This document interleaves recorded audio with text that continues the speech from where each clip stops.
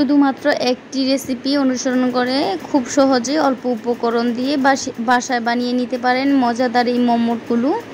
চাইলে আপনারাও বাসায় ট্রাই করে দেখতে পারেন, খুব সহজেই বানিয়ে নেওয়া যায় আর মজাদারও হয়ে থাকে।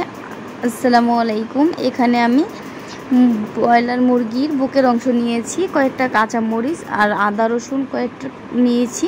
এবার সবগুলো আমি কিমা করে নিয়েছি ব্লেন্ডার দিয়ে। এবার এর মধ্যে খানিকটা লবণ আর ধনিয়া পাতা দিয়ে ভালোভাবে আমি মিক্সড করে নেব। এবার দিয়ে দিব 1 কাপ পরিমাণ ময়দা আর দিয়ে দিব সামান্য একটু লবণ আর দিয়ে দিব তেল 1 টেবিল চামচ। এবার সবগুলো উপকরণ ভালোভাবে হাত দিয়ে মিশিয়ে নেব।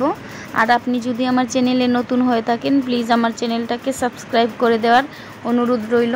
আর যারা অলরেডি সাবস্ক্রাইব করে দিয়েছেন তাদেরকে অসংখ্য ধন্যবাদ। এবার এখান থেকে আমি খানিকটা নিয়ে নেব আর বেলে নেব।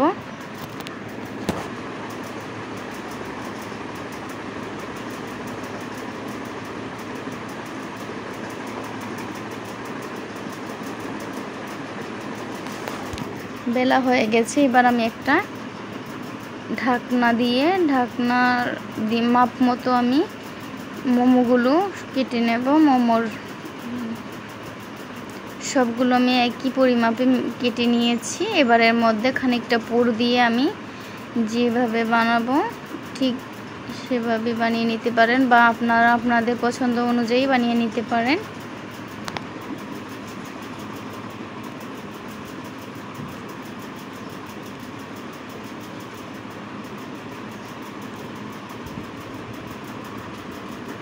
দেখুন খুব সহজেই বানিয়ে নিয়েছি। এইভাবে আমি সবগুলো বানিয়ে নেব। আমি আপনাদের বোঝার সুবিধার্থে আমি আরেকটাও দেখিয়ে দিচ্ছি।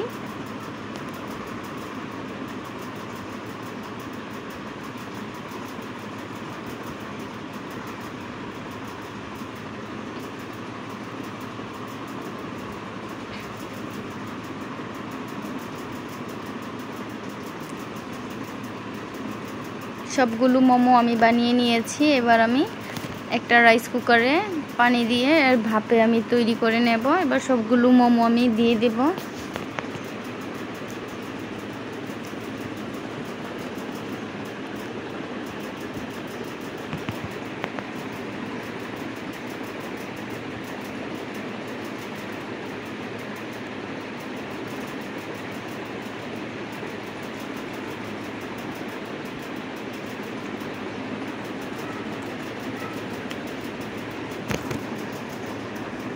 এবার আমি একটা সস বানিয়ে নিব। এখানে আমি তেল গরম করে নিয়েছি, দিয়ে দিয়েছি কাঁচা মরিচ, শুকনা মরিচ, ধনিয়া পাতা, খানিকটা তেল, রসুন, এসবগুলো আমি তেলের মধ্যে দিয়ে দিয়েছি। এবার আমি একটা বাটিতে এগুলো আমি ঢেলে নেব আর দিয়ে দিব সস। এখানে আমি পরিমাণ মতো আরও সস দিয়ে দিয়েছি। আমি দোকানে যে কিনতে পাওয়া যায় মেয়োনিজ সেটাও আমি এর মধ্যে দিয়েছি। এতে করে সসের টেস্টটা আরও দ্বিগুণ বেড়ে গেছে। এই দিকে আমি মোমোগুলো দেখতে এসেছি। দেখুন মোমোগুলো একদম পারফেক্টভাবে হয়ে গেছে। এবার আমি পরিবেশন করার পালা। দেখুন কতটা লোভনীয় টেস্টি লাগছে দেখতে, খেতেও মাশাআল্লাহ অসম্ভব মজা হয়েছিল। চাইলে আপনারা বাসায় ট্রাই করে দেখতে পারেন, ইনশাআল্লাহ আপনাদের কাছেও ভালো